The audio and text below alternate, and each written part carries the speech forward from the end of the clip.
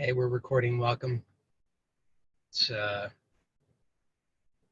Year's Eve. So last day of whatever year this is, 2019. And it's as you can see, I'm in a car covered with snow. It's a little bit chilly.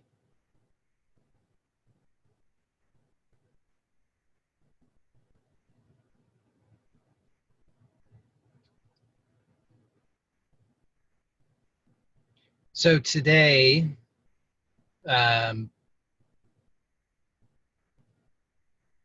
first I have in mind that, well, what I'd like to explore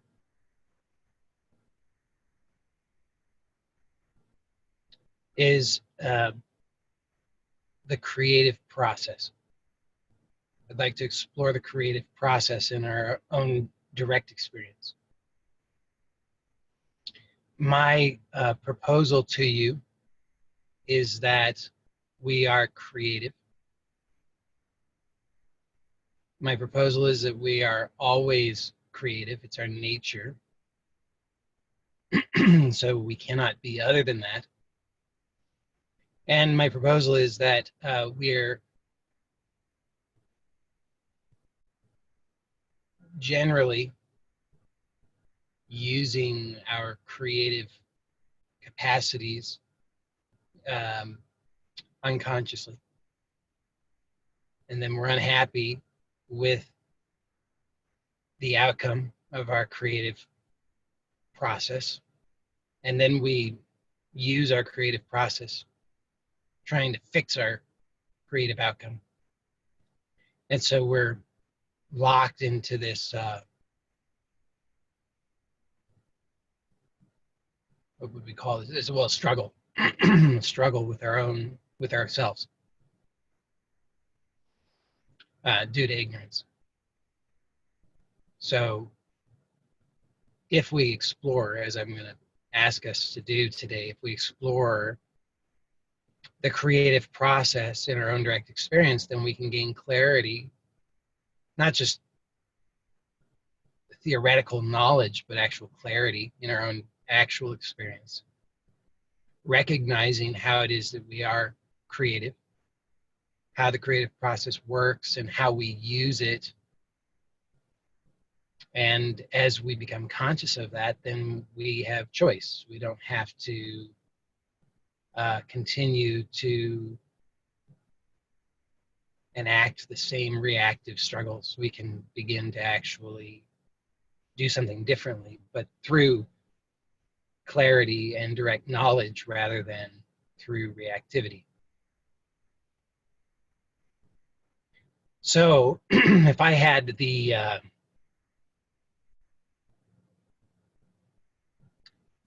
perfect guidance for this, then I would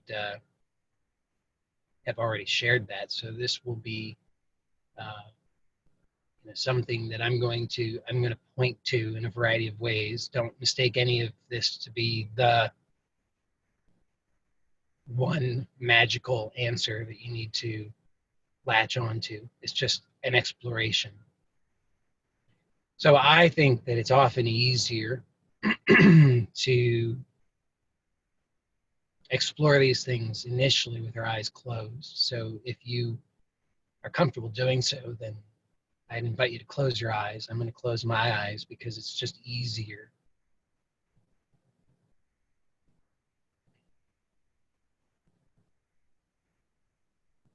And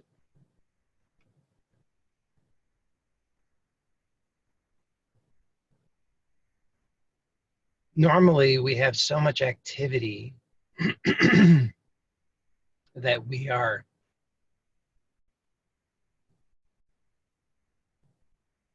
caught up in. So it's easier to slow down a little bit. So we can just observe.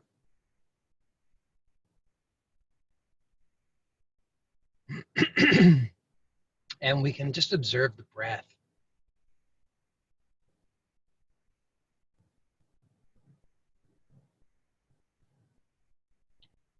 So there's no need to try and change it or get it right. And sometimes observing the breath can actually lead to some anxiety. So if you notice any anxiety, then you can open your eyes and look around until you aren't feeling anxious about it any longer. There's no need to push yourself into anxiety. But so long as you're able to just observe the breath without it becoming anxiety provoking, then we can just observe the breath.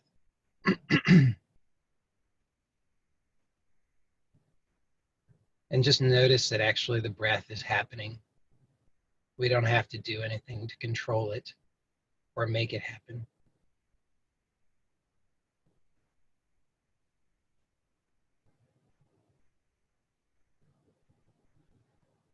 And if we just allow for that to be easy, then it might help us to settle down just a little bit.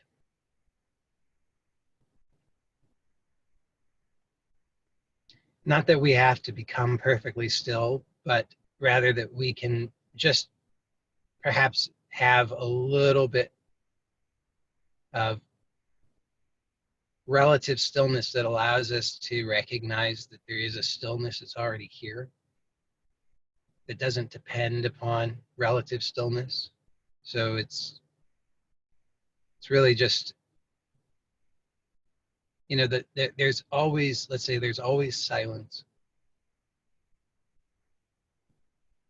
So for example, if you're sitting in a room and there's a refrigerator and the compressor is on, the silence is still there. But if you're not recognizing it, then you're just not recognizing it. It's still there. But then the compressor stops suddenly. And maybe you become more acutely aware of the silence. Silence was there. You just became aware of it when there was relative silence that allowed you to become more aware of it. So this little exploration, just observing the breath, if that doesn't work for you, then you could just notice your heartbeat. If that doesn't work for you, you could just notice that you are. If that doesn't work for you, you could just notice that you are hearing.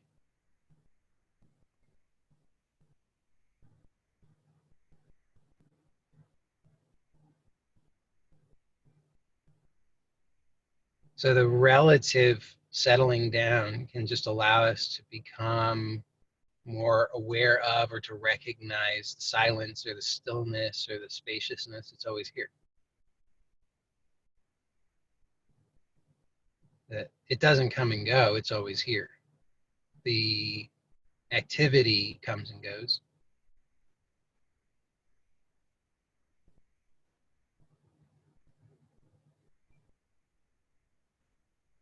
So your mind may or may not agree with this. It may be looking for something that it can understand or cling to or grasp. The mind wants objects, it wants things, it wants ideas. And that's really not what we're observing here. So the mind will come up with objections. That's fine. It doesn't matter. Don't really need to have the mind on board. It's always nice if the mind can be silent, but it doesn't have to be. So don't fight with any thoughts. We don't need to concern ourselves with thoughts. The more we fight with them, the more that we're just mucking up the whole thing. So we just let it be.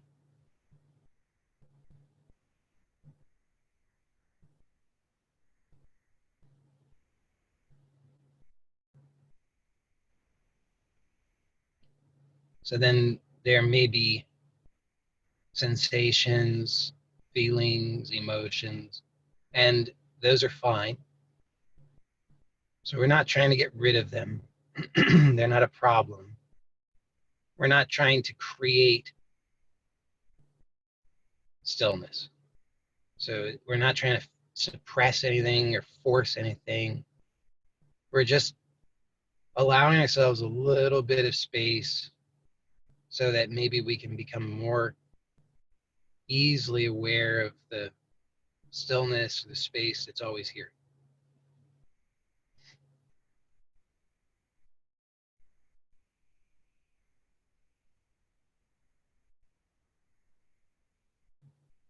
Now, to whatever degree you are able to recognize this stillness,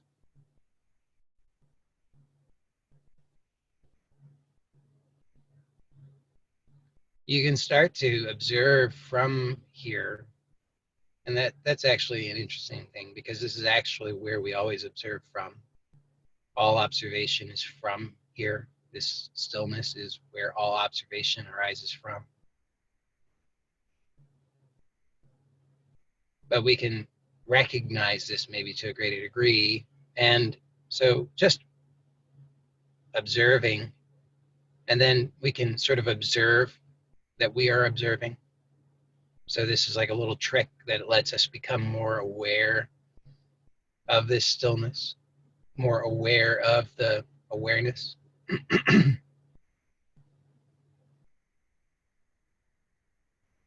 So just notice that you are noticing, observe that you are observing.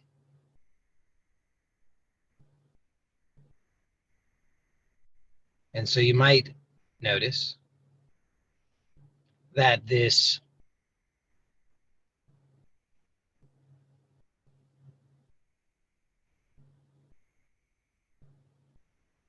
observer or observation is actually very, well, it's perfectly still.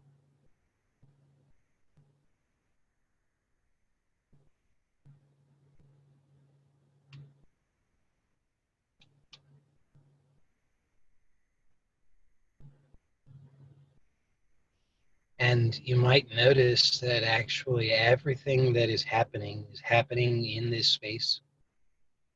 So you've heard these words, I'm sure. You've heard these words a lot of times, but I'm inviting you to actually directly notice this. So don't just hear the words, but look for yourself right now and notice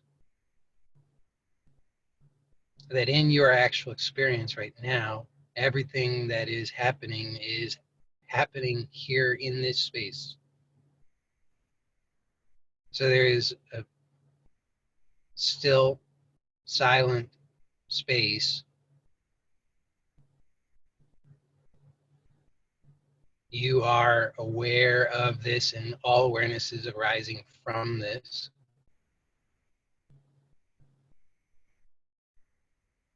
And again, your mind doesn't have to be on board with this. It really can't. But that's fine, because it just highlights that your mind is not the observer. Your mind is not awareness. Your mind is a function arising in awareness. So we don't really need to care too much about what the contents of the mind are. The mind is just doing its thing, it's processing. But we can notice that we are aware of that, and that the awareness that is aware of that mind, of the contents of the mind, of the thoughts, is perfectly still.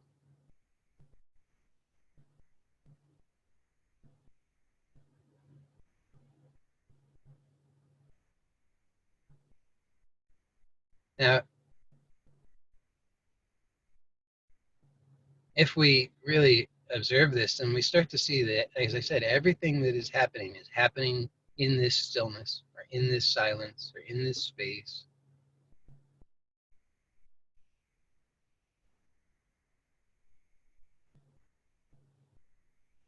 So we can just watch our own experience, just quietly watch this experience.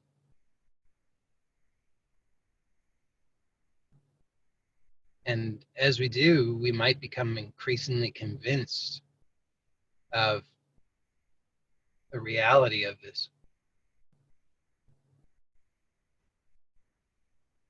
Because if we just watch carefully, you can just look now and see, can you find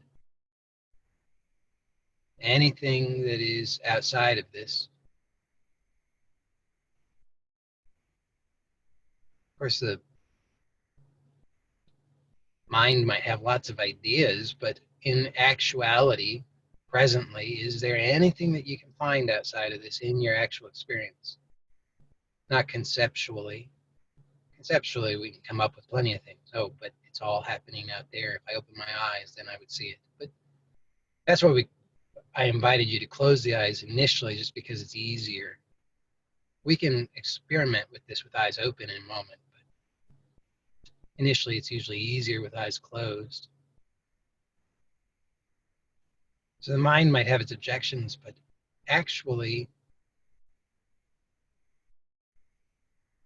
if we just observe,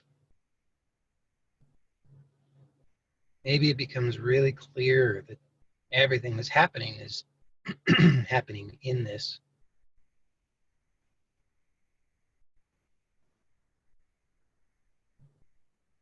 You might even start to become curious, is there any possibility of anything outside of this? Have I ever known anything outside of this? Could I know anything outside of this?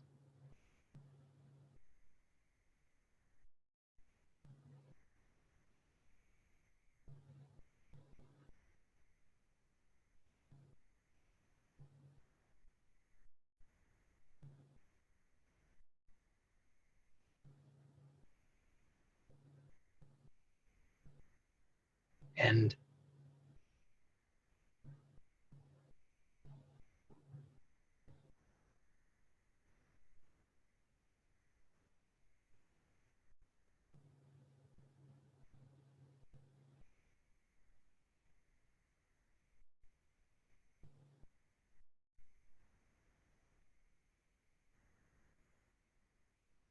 so then we can start to become curious.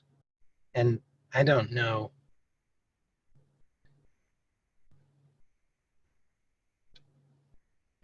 whether you can observe this or not, but I'm curious to at least invite you to explore,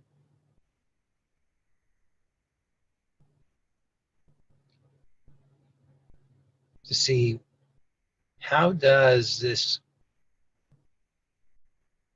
content, these apparent things, how do they come to be in this space? And there may be, as I say, infinitely many ways to explore this. The way that I am most familiar with, the one that I will, or at least the one I'm presently most familiar with, the one that I'm presently aware of, is just to observe very, very closely and carefully, to allow for things to settle so much that we can actually observe things coming into creation. So if we tune into that silence, or stillness, or spaciousness,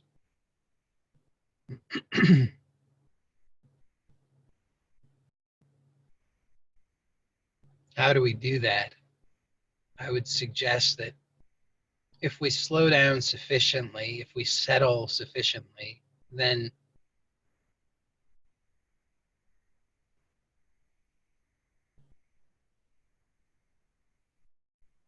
it becomes clear. So you may notice, and again, I don't know if you are able to observe this or not. I'm just inviting you to it. I mean, you are able. I don't know if you're able to presently, but at some point you will be able to. So maybe now you can slow down enough is that you just, there's a certain momentum to the activity, and normally we feed into that. It's a self perpetuating thing. But if we slow down sufficiently, and by slow down, could also, another way of describing that is to just settle or open or soften or release or do less, make less effort.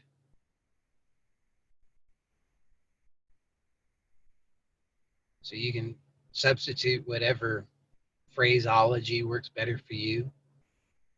But if we do this sufficiently, then it begins to turn back on itself. So rather than moving outward and having an object focus and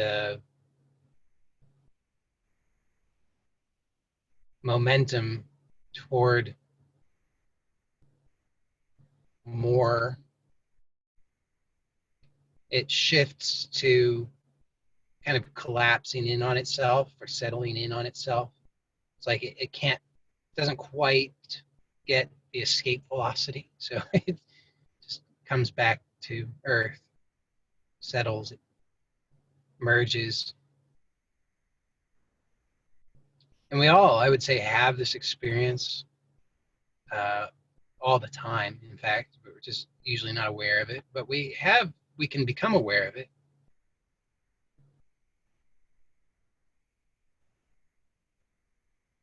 Now, if you can become aware of this now,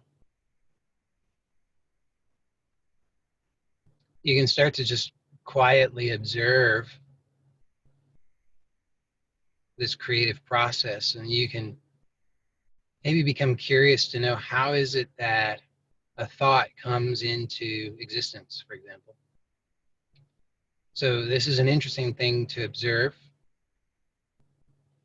So you may, and again, like I said, I don't know if you're able to observe this presently, but I assure you it is possible, because I'm observing it presently. And I'm not the only one to have ever made this observation. We can quietly observe and wait for the next thought. So how do you wait for the next thought? You kind of have to be very patient and relaxed. Somebody, I don't remember who it was, many years ago, once described it to me as like a cat waiting outside of the mouse hole, waiting for the mouse to show up. If you've ever watched a cat, the cat cat will just lay there, very attentive and present, but restful. So in that same sort of manner, we can just wait for the next thought. In fact, if we really truly wait in this way, the next thought doesn't come. But inevitably, we're not perfect in this. And so the next thought does come, and we can observe how that happens. So how does that happen?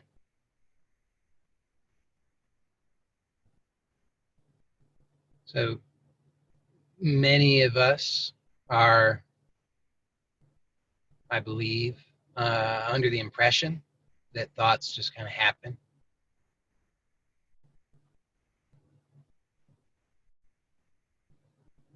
But if we observe, we can see that this is not quite true. Maybe there is an element of that.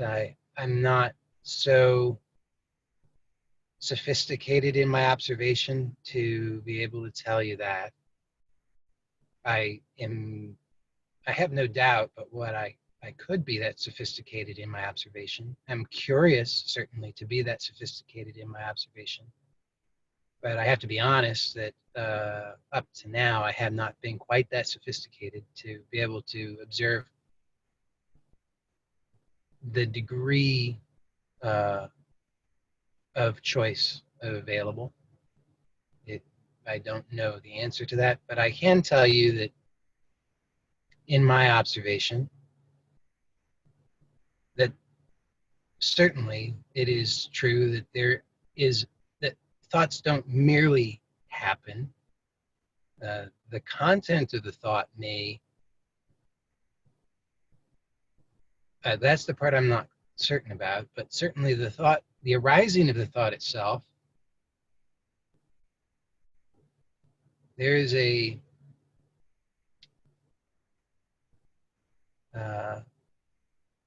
a, a role that I play in that. So I can observe this, and you can observe this too, and see, how does this thought come into being? How does it arise? So clearly there's a point before which there is no thought. I mean, if otherwise we wouldn't even be able to speak of it as a thought, because how could we speak of it unless unless there was a point at which it wasn't? In order to be a thing, as we speak of it, it has to have not been, and then it has to be.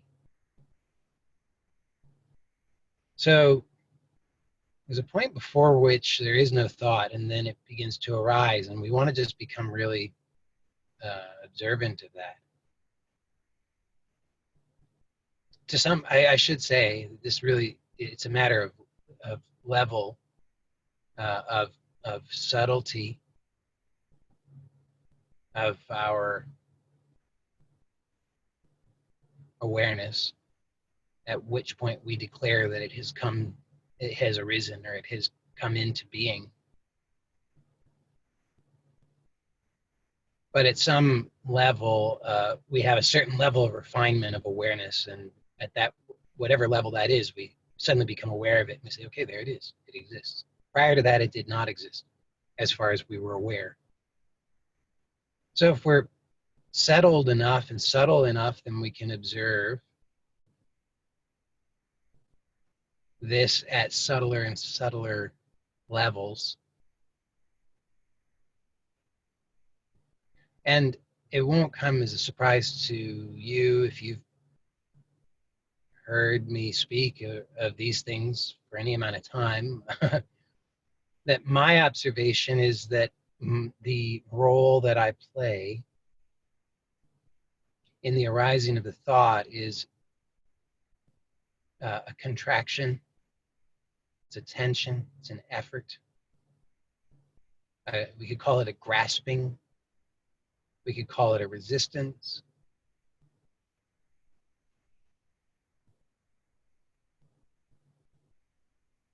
I mean, it's none of those things, those are just words, but they all point to some kind of actual experience. And so you can just take a look and see if that is something that you can observe. So prior to your awareness of the arising of a thought, what is that like? And then what is it that alerts you to the fact that you suddenly are aware of a thought, aware of the existence of this thought? How did it come into being? What indicates that it is versus it is not? And you've already heard my suggestion. Obviously, you don't need to take my suggestion to be true, but it's a pointer that you can use to see in your experience what you observe?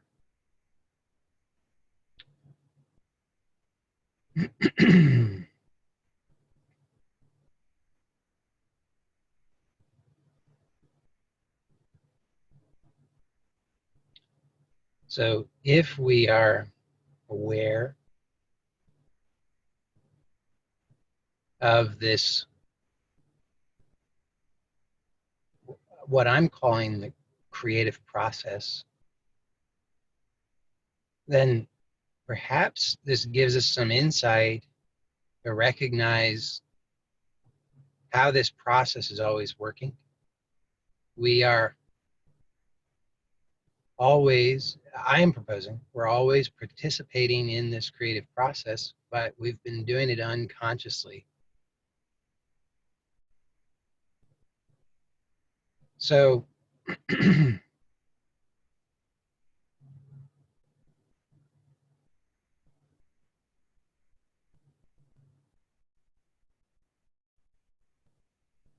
question is, if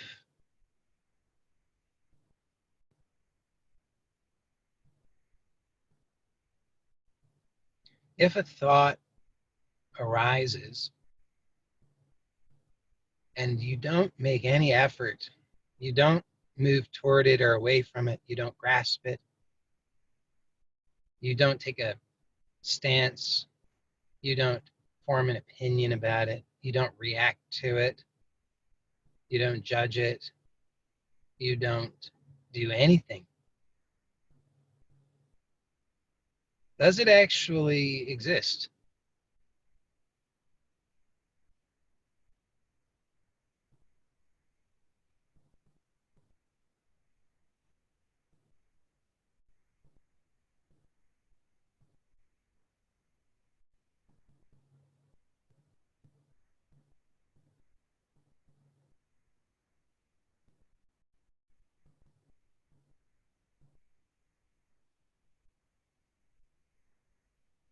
And the implications of this, as far as I'm concerned, are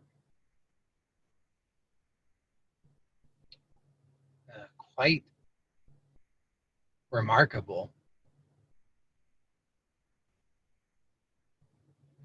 because what I'm proposing is that we actually have far more creative capacity than we have even dared to imagine.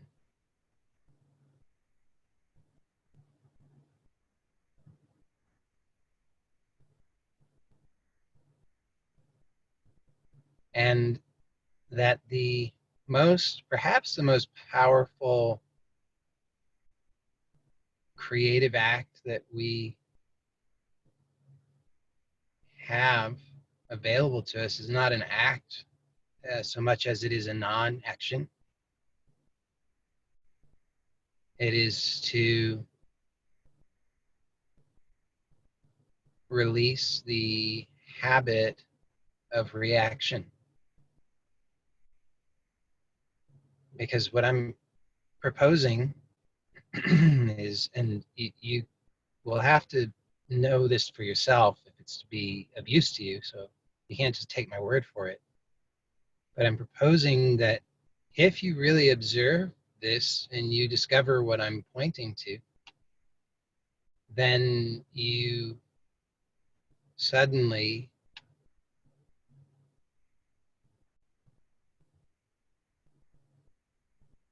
have this conscious power to choose.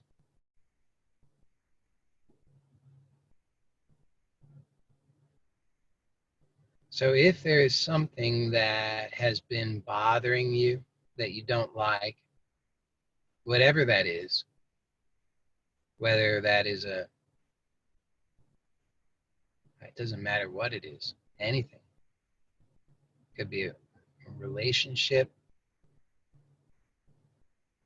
it could be health, it could be finance, it could be anxiety, it could be anything. anything at all, you can begin to observe how it is that you have been creating that. And goodness knows the conditioned mind is going to have an awful lot of opinions about this. It's going to say, this can't work. This is not helpful. I need to do something. I need to fix things. I got all these problems outside of me that I got to deal with, and all these problems inside of me that I've got to deal with. But we really got to wonder, how well has that been working? And if it hasn't been satisfying, then I'm really serious about this, that this, what I'm pointing to is what we've overlooked. So if you wish, you may open your eyes, and you don't need to, but if you wish to. And as you open your eyes, just be aware of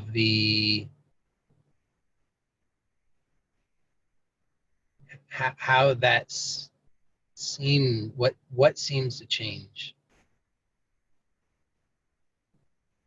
and just be observant to see if anything is really changing, or if in fact this is actually the same. I mean, I understand that there's superficially there's a difference,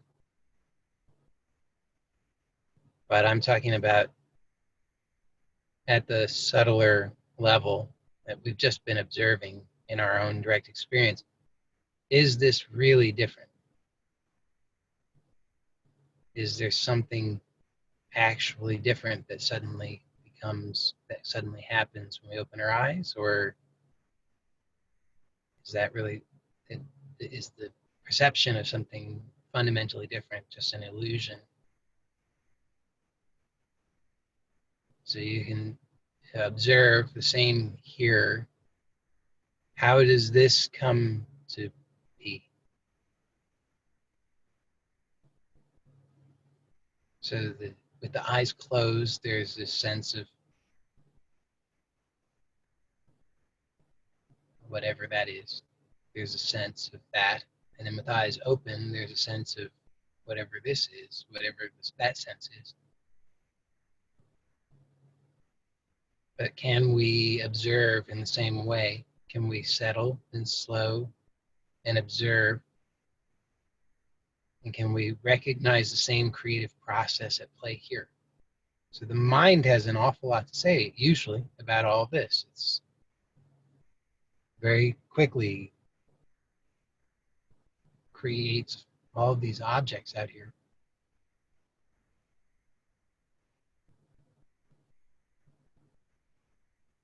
But if we're really observant, we might notice it's the same thing. So what do I mean by that? Well, you see how to create something is to create a thing, right? I mean, if there's no thing, there's no creation. So we're creating these things, but we can observe how we're doing that. So we can observe how, not to make it wrong or to try to stop it, but just to observe it. We can, in the same way that I described with our eyes closed, we can just, in a sense, we can wait for the next object to appear. And the mind says, what are you, this crazy? There's objects all around. No, wait for the next object to appear. If you're really, really quiet and open, you start to recognize that actually in this moment now, there's no object We're just waiting, observing. There is no object because hasn't been grasped yet. It hasn't been contracted yet. So we can observe how we do that. Now, like I said earlier, when we were exploring with eyes closed, I don't know that you are able to observe this presently. I do know that you are able to observe it. I don't know that you're able to observe it presently. So if you're feeling confused about it or you're not sure what I'm talking about, don't be dismayed. But I assure you, you are able to observe this. What I'm saying to you, the things that I'm saying to you are not, they don't require great knowledge and study. You don't have to have superhuman capacities. This is totally within the capacities of every human. Everybody can observe this because this is just what's going on. It's not a, it's just what's going on. It's just how it is working. That's why I think I said this to begin with. We are creative. It's our nature. So I'm not proposing something to you that you're not already doing. I'm not saying you need to start doing some new practice so that you can gain this skill. I'm saying you are already doing this. It's already happening. And all I'm proposing is that you can just become aware of it at a subtler level. Everybody is able to do that.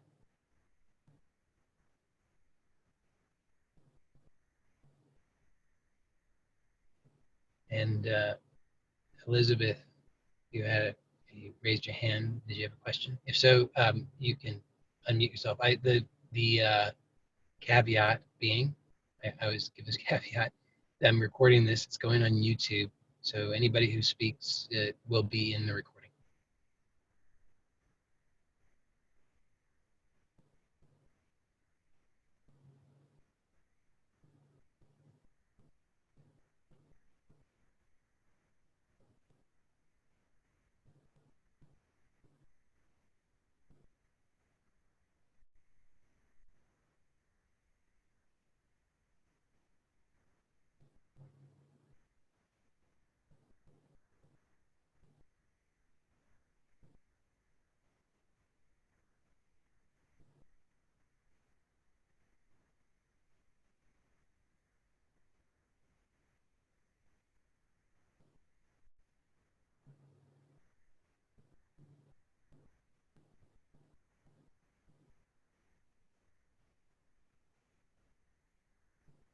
And if Elizabeth does not wish to speak, that's fine too. If anybody else would like to speak, that would be fine.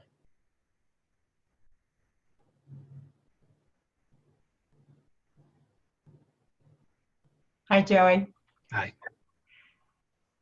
Seems I always speak, but I do especially have something on my mind today. And yeah, I'll just mention it. In the last couple of days, a man that I've been dating for about 2.5 years, we have parted ways. And I feel very Velcro to that story.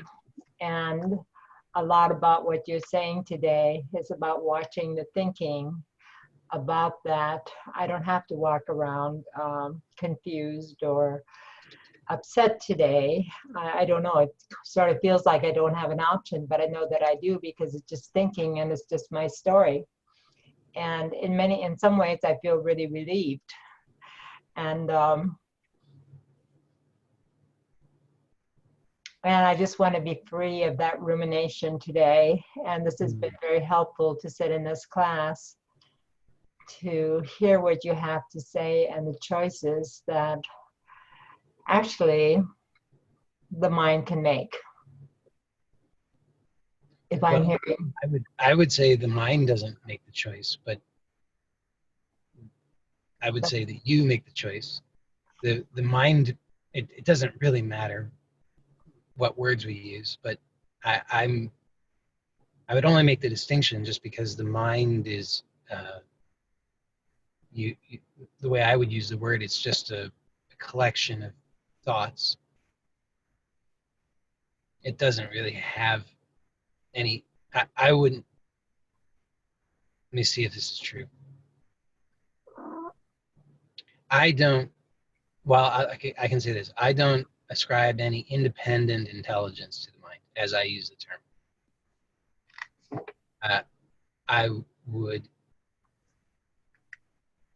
so I would say that you have a choice. Yes, I And hear it.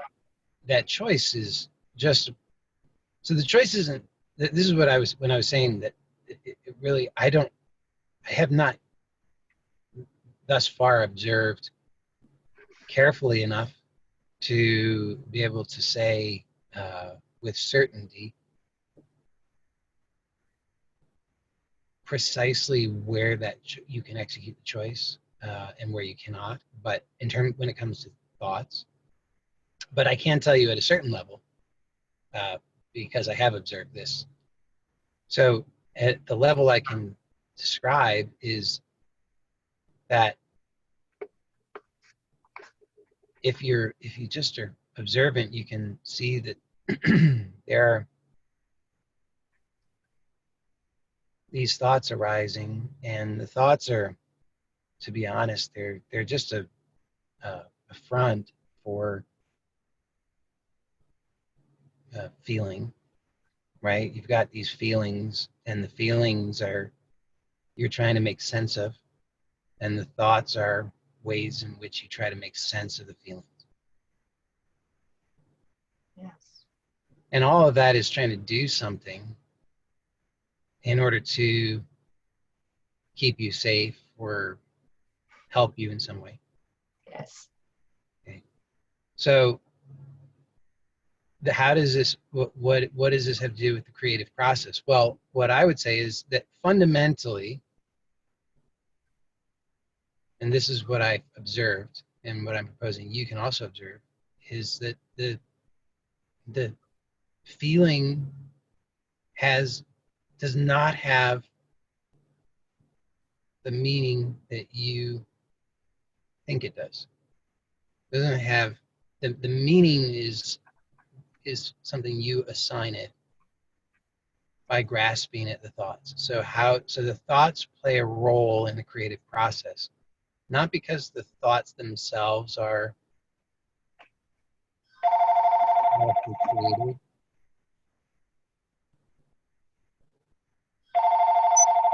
Oh, I'm so sorry.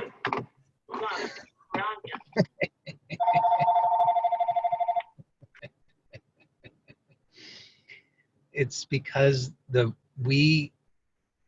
thoughts give form, or the thoughts help to give form to the energy.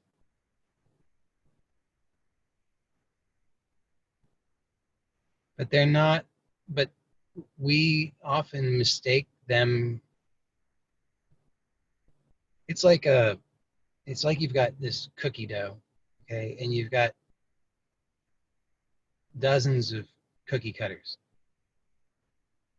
and you roll out the dough, and then you use the same cookie cutter over and over and over. And you every time you say, "Oh, I'm so unhappy with these cookies. I don't like them. I don't like the shape of these cookies." So you roll it out again, use the same cookie cutter. Now, what are the cookies? Are the cookies really made? Are the cookies really defined by the shape of the cookie cutter? Not really. I mean, it's a cookie. It doesn't really. It's a cookie. It's dough.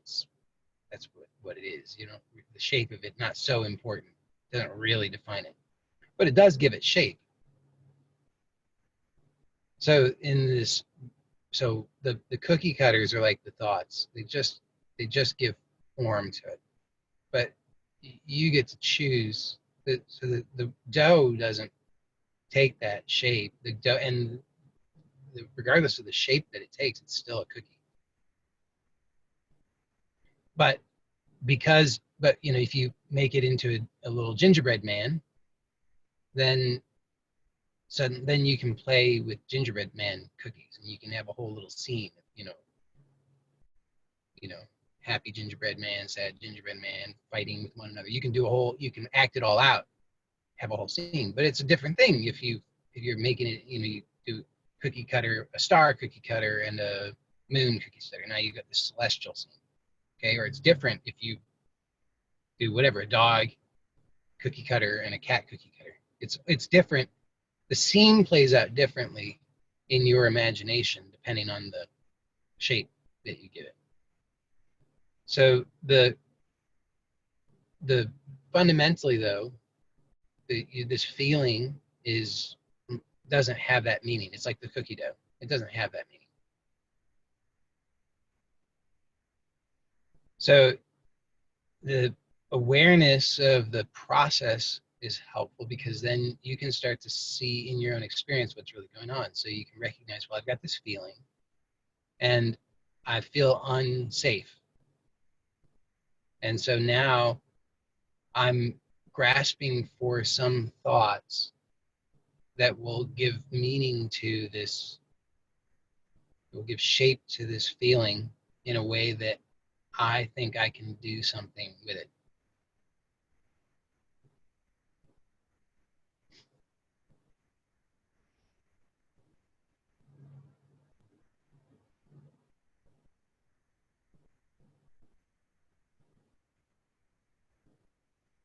So we can just see in our actual experience that these feelings are what we're trying to do something with. And we grasp at thoughts to give the feelings form that we think that we can deal with, that we think we can work with. But if we don't grasp at the thoughts, so you can just try it out. I mean, everybody can try this out now. You've got feeling happening. Everybody's got feeling happening, whether you call it confusion, boredom, happiness, sadness, frustration, anger, it doesn't matter. You've got feeling happening.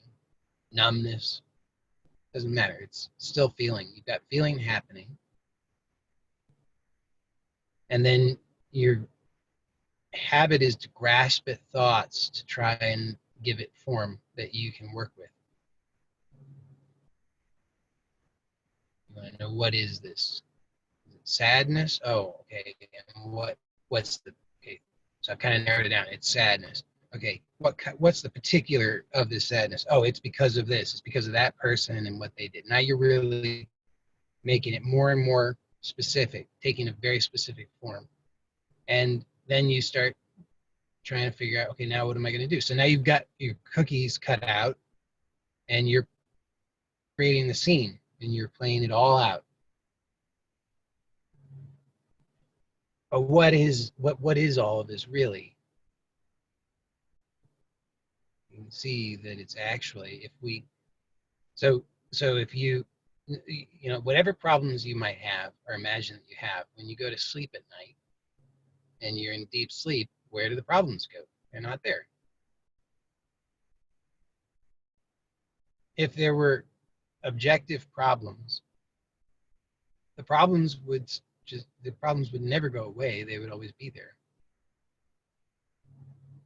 So the fact that they disappear in deep sleep gives us I think, a really good clue as to what is going on in terms of the creative process. So then we can see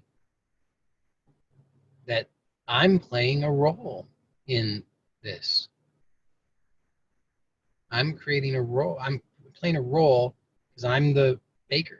I'm the one who's making the dough, rolling it out, cutting it, baking it, and then setting the scene and playing with the cookies.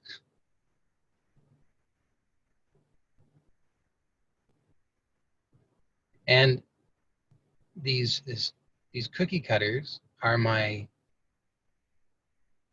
it's my conditioning. This is my repertoire of cookie shapes. It's the only ones I know. And when I'm just fixated on my problems, then what do? I just keep doing the same thing over and over and over. Keep rolling out the dough, cutting the cookies, using the same cookie cutters, trying to play out the scene differently, but it still plays out the same because it's the same shapes and I'm bringing the same level of consciousness to it.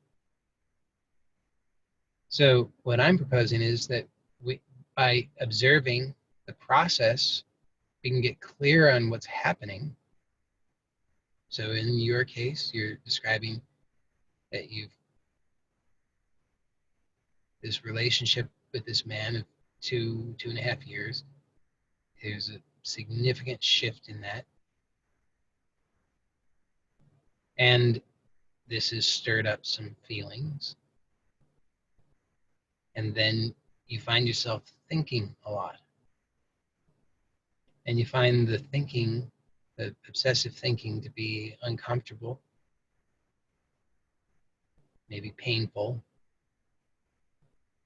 And what I'm saying is, if you observe it, you'll see what's happening. Okay, so what between, it's an interesting thing to observe. Okay, so there was some point at which you had a conversation, presumably, or you made a decision unilaterally. Somehow this decision was made.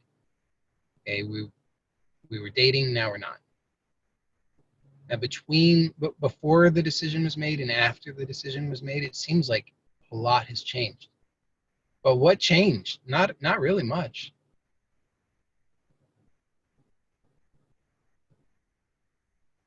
I mean, I can see you're still living in the same house, still wearing the same glasses.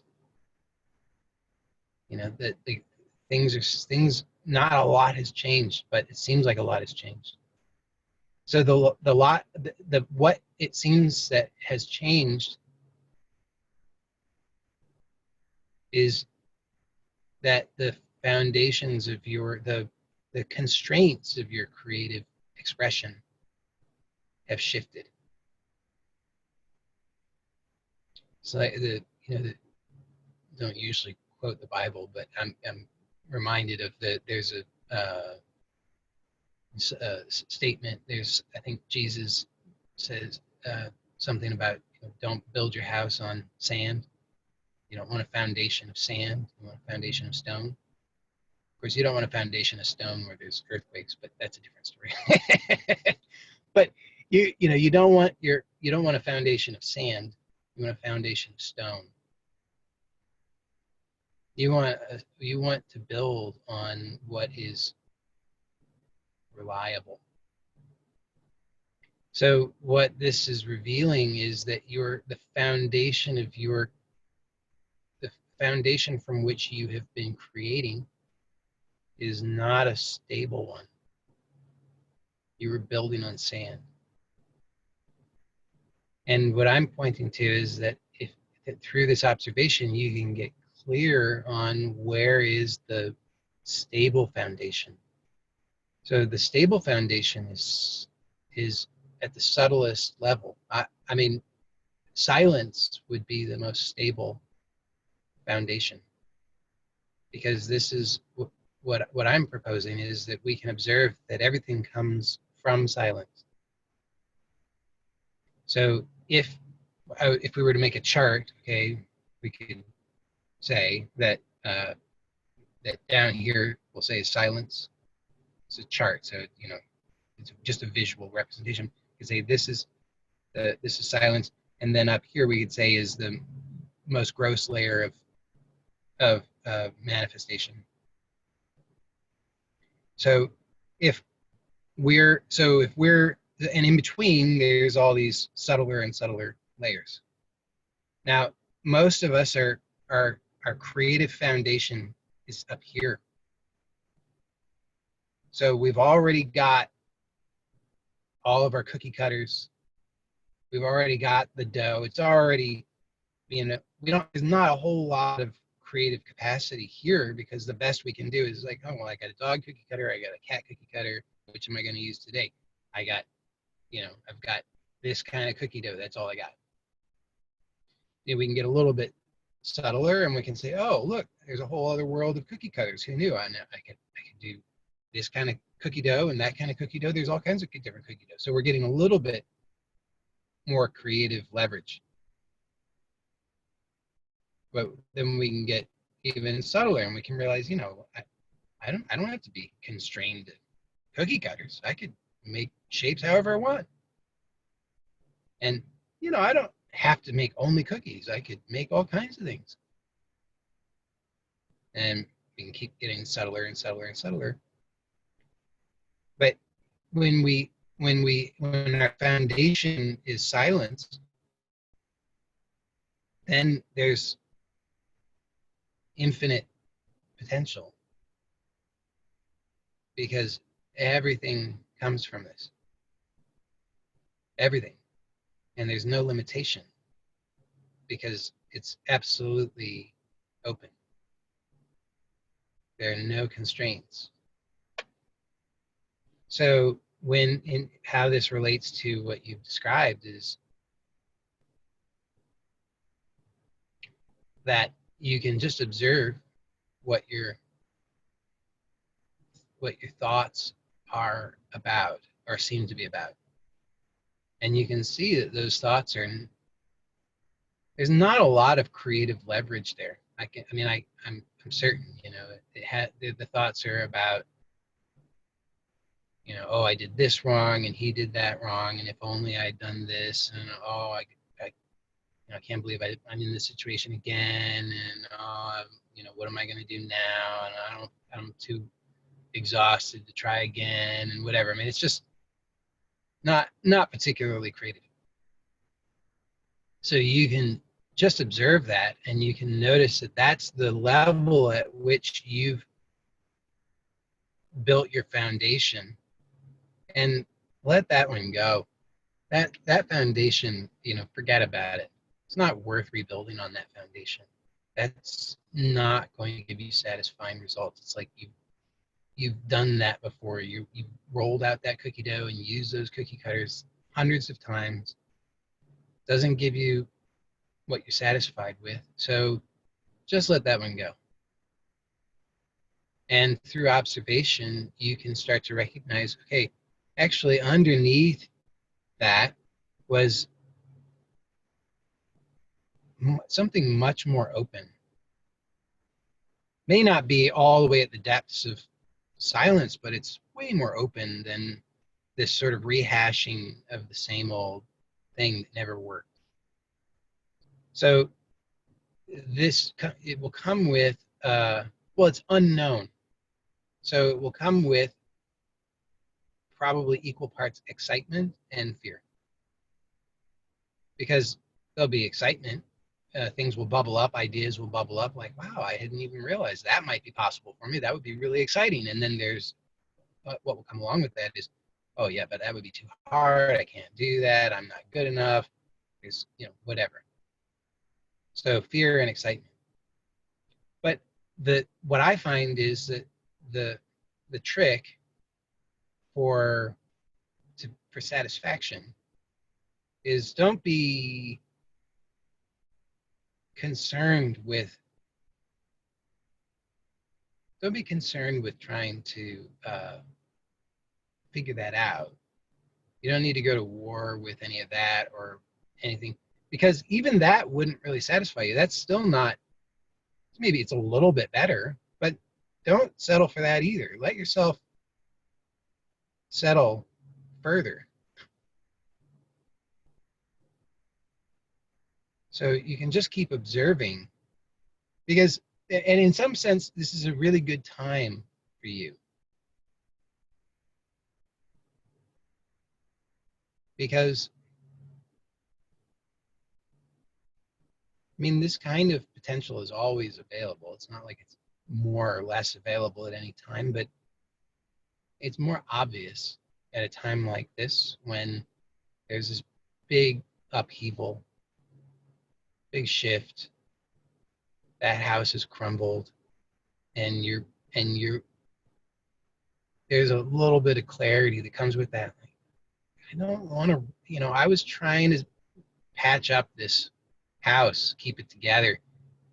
Now that it's crumbled, I'm free of that delusion, and burden, and I can really honestly assess what's the value of this foundation, and I can be honest about it. It's not very valuable. I'm not going to invest again building a house on this foundation because this foundation is not good. Doesn't give me satisfying results. So then why not go all the way? You know, I mean, since you're exploring your options, go all the way. Go all the way to silence. Then don't settle for anything short of that. And so what that means to me is just don't grasp. There's no sense in grasping at any thoughts. You know, right now, despite what your mind might say about it, because your mind probably has a lot of opinions about how this is the end of the world. But in reality, you're fine. Right now, you're fine. You got a roof over your head. You got food to eat. So right now, you're okay. And so it's a really wonderful time because when you have freed yourself of what was not working, and you have all the proof that you need that you are actually okay, then you don't need to give any attention to any thoughts. You don't need to grasp at anything. You don't need to let anything take form right now because everything's fine. And what that allows you to do is just to become more and more refined in your observation of your creative process so that it ceases to be so unconscious. Because what I'm saying is that the reactions have been unconscious, but those reactions are contractions that give shape to this energy. And if you're dissatisfied with that, then you don't need to do that. And I know that that can be scary because there's usually an urgency to fix it and get it right and figure it out and do something.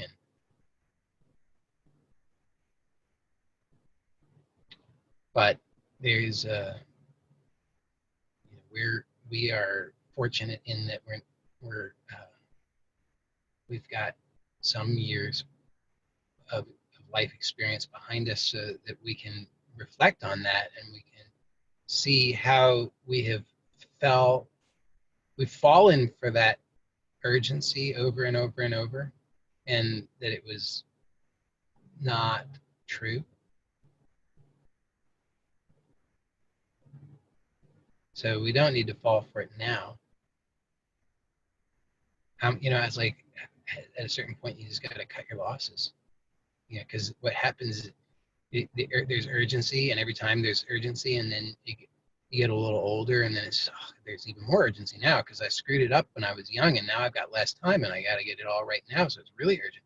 But actually, you get enough life experience, and you realize, wait a second, I've had it all flipped upside down. That's not true at all. In fact, since I am a bit older now, all the more reason why I should not be so reactive and urgent. All the more reason why I should be more cautious before I'm going to invest in something, invest in creating something, invest in this giving form to something. I think I'd rather be clearer. I can take my time. I've got a roof over my head. I've got food. I'm safe right now. I don't need to rush into anything. I can just be patient and observant and just quietly observe my own creative process, quietly observe my own experience, and just see what's happening. Just see how in this case, and we all do it, we think, I'm unhappy. I need something else to make me happy. I need a person to make me happy. And we can start to recognize that that's never worked out. Jobs don't make us happy. People don't make us happy. Knowledge doesn't make us happy. Things don't make us happy.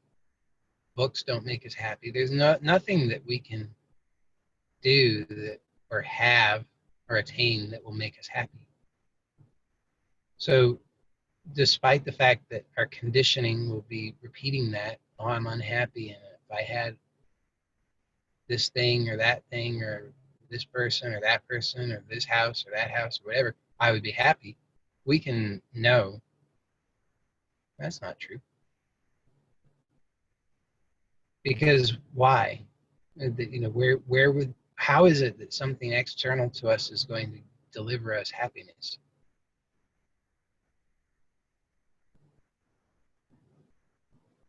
Not possible. So we have to discover that happiness. I really hear everything you're saying, and that is so true, that none of that will make me happy. I have had all that at one point and still do. But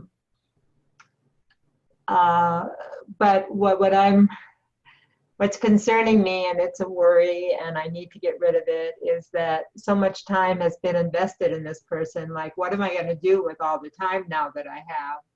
And there's really that fear.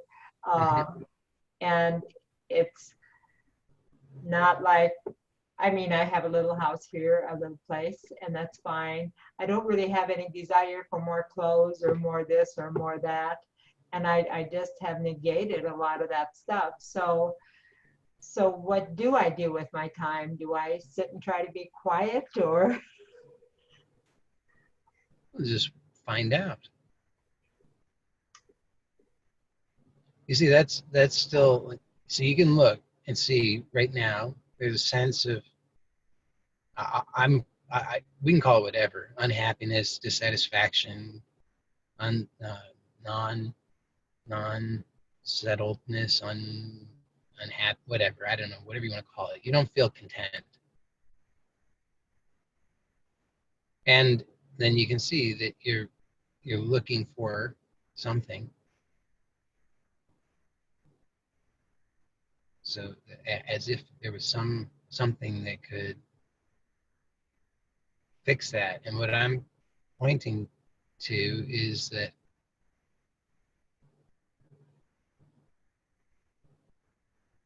I can say it a lot of different ways. So for example, if you wanted to become a very skilled piano player, you would play piano, you would practice. And as long as you play, if you practice piano every day, 1 hour every day, you may not become the world's greatest piano player, but you're going to get better.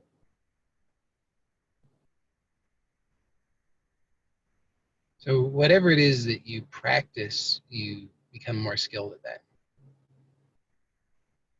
Now, if you say, I really want to be a very skilled piano player, and so my plan is I'm going to think about it a lot, would be a terrible plan. So if you said, I want to become a skilled piano player, and so here's my plan is I'm going to go work in a garbage dump.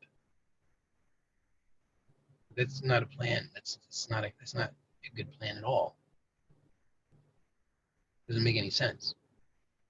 So you say, I'm feeling unsatisfied or discontent or unhappy or unfulfilled, feel as if something's off, something's wrong, and so then looking to solve that problem. What am I going to do with my time? How am I going to fill my time? How am I going to make this okay? What are you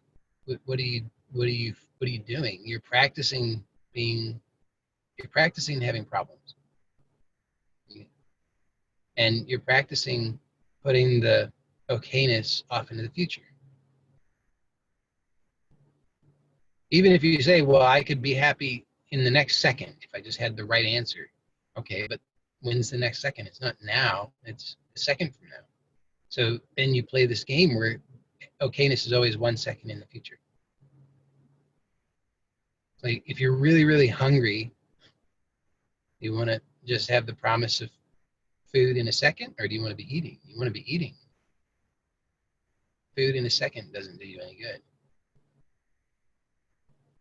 So what I'm getting at with this is that if you say, well, if you're really observant about what's going on, you can see that you're, and I'm using the word unhappy just because it's convenient to use. You don't, if that's not the correct word for you, you can translate it however it's truthful for you, but I'll just use it because it's easier to use. So you're unhappy, and you're saying, you're leaping to, which is up here in terms of your creativity, okay? You're just, well, what do I know? Oh, I know clothes, I know house shopping, I know dating, I know this, I know that. And so you're leaping around to, well, what am I going to do? What am I going to do? How am I going to fill my time? How am I going to solve this problem? So you're investing yourself into building another house on the same foundation. And what I'm suggesting is that if you really, if you want to be satisfied, if you want to be happy, if you want to be fulfilled, then you have to find that foundation, build on that foundation. That foundation is going to be, it must be found here and now. It can't be found somewhere else. The only way it can be satisfying is to be found here now. So rather than settling for this superficial thing, I'm suggesting when you catch that happening, just notice it. Just notice, oh yeah, I'm practicing unhappiness. I'm practicing unfulfillment. I'm practicing putting it off. I'm practicing anxiety. And it's just, we can just be really honest about it, because if we really want happiness, we have to be willing to be perfectly 100% honest about when we're practicing unhappiness. Because if you're practicing unhappiness, you're going to become very skilled at it. But you're not going to become very skilled at happiness. So if you want happiness, and it's like anything, if you don't know how to do it because you don't have experience with it, it can be frustrating and overwhelming at first. Try playing piano and having never played piano, you don't know what you're doing.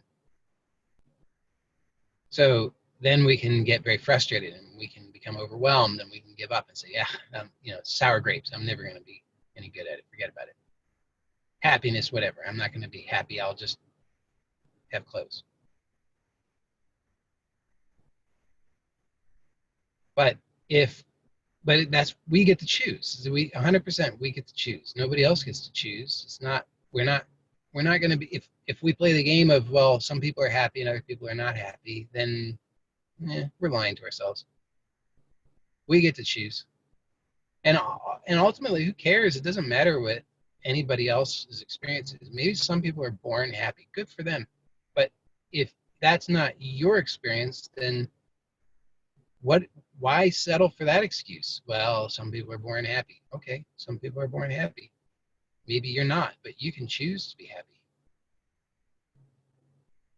And maybe it takes you 75 years to choose to be happy. Better 75 years than never.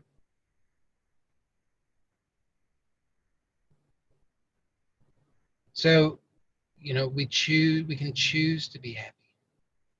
And we have to choose it now. And we have to choose it by finding where it is. And everything that is not that, we have to be willing to stop practicing that. So everything that's saying, do this, do that, give attention to me, let's practice unhappiness. No, thank you. I'm not going to practice unhappiness.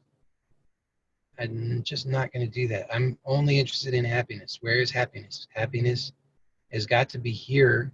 I'll only be satisfied with it here. I'm not going to be satisfied with it there. I'm not going to be satisfied with it tomorrow. I'm only going to be satisfied with it here and now. So I'm going to observe carefully to discover it now. And, it's helpful to be honest that if we're really looking carefully, I don't know what happiness is. My whole life has been a reaction to unhappiness. So happiness was just an idea, and happiness as an idea is just a reaction to unhappiness. If I want to actually know what happiness is, it's like, okay, this is going to be new. It's going to be honest to God new. It's not going to be a rehash of the old reactivity. It's going to be new. I have to be willing to abandon my habits of reactivity. I've got to be willing to abandon my ideas of what happiness is supposed to look like. I have to slow down and be willing to feel what I'm feeling and just be with that and really discover what is this. Because I've got to be in it like a detective. I can't go or an explorer. What does an explorer do? The explorer is going into new places. The explorer doesn't say, give me the guidebook so I can pick and choose. Oh yeah, that place got bad ratings. I'm not going there. Right? The explorer goes somewhere unknown. They're not Googling it. And we have to be like that. We have to really be willing to be an explorer. I don't know. I'm going to go into this unknown place and I'm going to really find out. I'm going to explore. I'm going to discover, because otherwise, we just know that you think I'm going to go on a vacation. Like, this is going to be great. I'm going to go on a vacation. And then it becomes really stressful because you're going on vacation somewhere that you haven't been. And so then you're Googling, hotel reviews and, oh, this place looks great. It's got all these good reviews. And I want to know about what did somebody, what about the 2-star review? I want to see what they had to say. And they say, oh my God, I can't believe they had that kind of experience here. I'm not sure if I want to go there, despite all the 5-star reviews. So you say, I think I'll go look at it. I'll look at the reviews of another hotel just to see. And then you're just spinning around and around. Oh, should I go to this show? Should I go to that show? What about this restaurant? What about that restaurant? I don't know.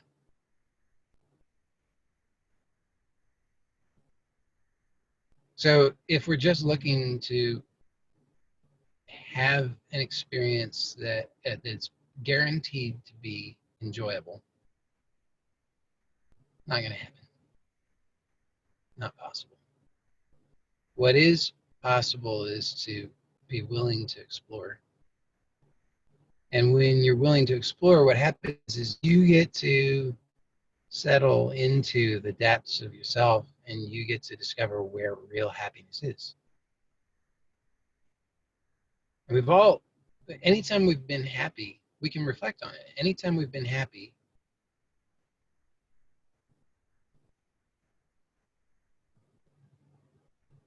what is that experience of happiness, of real happiness?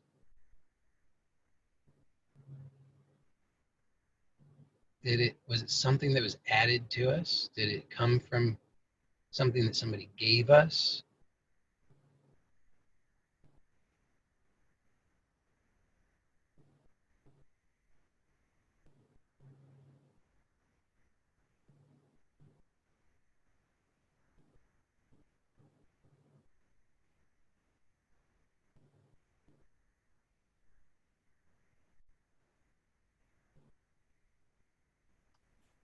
No, but it seems like it sometimes. So to search for the real happiness is a really good question, that it's not contingent on outside circumstances, that has sprung from within. Right. Well, that's the only real happiness. Because you know that be you can be unhappy and be in the right circumstances, right? You can be at the party and everybody else seems to be happy. Everybody's having a good time. It's so wonderful, but you're not happy. You can be, at that party with this person who's supposedly the love of your life, and you just made $1 million, and like all the circumstances are the circumstances you think are the circumstances for happiness, and you're just miserable. So happiness is never about the circumstances. Never. Can't can't be. It's totally non-circumstantial, and it's always available. It's not. I'm not proposing that we're always going to have like happiness, that we're going to be gleeful, and because there are certain that may not always be appropriate. You know. But we can always be in touch with that authentic, deeper happiness, the happiness of, well, really just the happiness of being in contact with ourselves, of knowing that we have this foundation and that we have the knowledge of this creative process. It's, to me, that knowledge of the creative process is quite happy making, because then I know that I'm not a victim. Not that I might not still choose to invest in certain conditional things. I mean, I do. I make that choice. I do choose to invest in uh, relationships and places that I know will not be forever. So there are certain things that I invest in that are conditional, for sure. Um, might I be, if and when those things change in ways that I am not so pleased about, will I feel sad or have some intense feelings? Maybe. But the happiness that I'm talking about is not in opposition to that. It's just that it's about the recognition that I'm doing that. I'm making that choice. I'm investing in that. I'm building that. And where does that come from? Who chooses that? I do.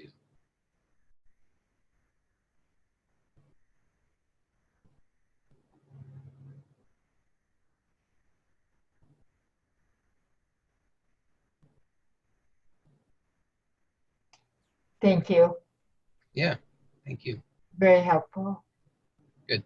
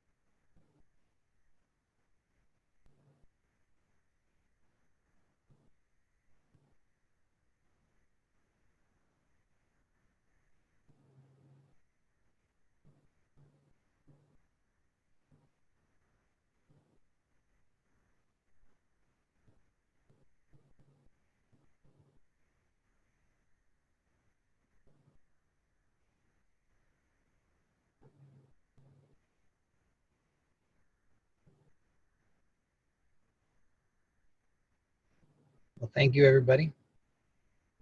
Happy New Year. See you next week. Bye for now.